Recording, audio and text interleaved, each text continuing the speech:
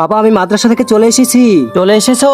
বাবা আমার তো অনেক ক্ষুধা লাগতেছে, আমাকে কিছু খেতে দিন। বাবা আমার শরীরটা বেশি ভালো না, তাই আমি আজকে খাবার তৈরি করিনি। এই নাও 50 টাকা, বাহির থেকে খাবার নিয়ে আসো। আচ্ছা বাবা। আঙ্কেল 50 টাকার রুটি এবং আমাকে ভাজি দিন। আচ্ছা দিতেছি, এই নাও। বাবা দাঁড়াও, আমি তো ফকির, যেখানে সেখানে ঘুরি, আল্লাহর নামে কিছু খাবার দাও না। এখানে খাবার আছে, আপনি খেয়ে নিন। শুক্রিয়া বাবা। আর এই যে এটা রাখো, তোমার কাজে আসবে। কি হলো, খাবার কোথায়? বাবা রাস্তায় একটা ফকির পেয়েছিলাম, সে নাকি অনেক ক্ষুধার্ত ছিল। ওনাকে দেখে আমার অনেক কষ্ট লেগেছে, তাই আমি আমার খাবার ওনাকে দিয়ে দিয়েছি। আল্লাহকে ভালোবাসলে ভিডিওতে লাইক দিয়ে চ্যানেলটিতে সাবস্ক্রাইব করে দিবেন। কিন্তু উনি আমাকে এই ডিমটা দিয়েছেন। তাহলে একটা কাজ করো, এই ডিমকে দিয়ে তুমি বাচ্চা ফোটাও। এই ডিম দিয়ে আমাদের কি হবে?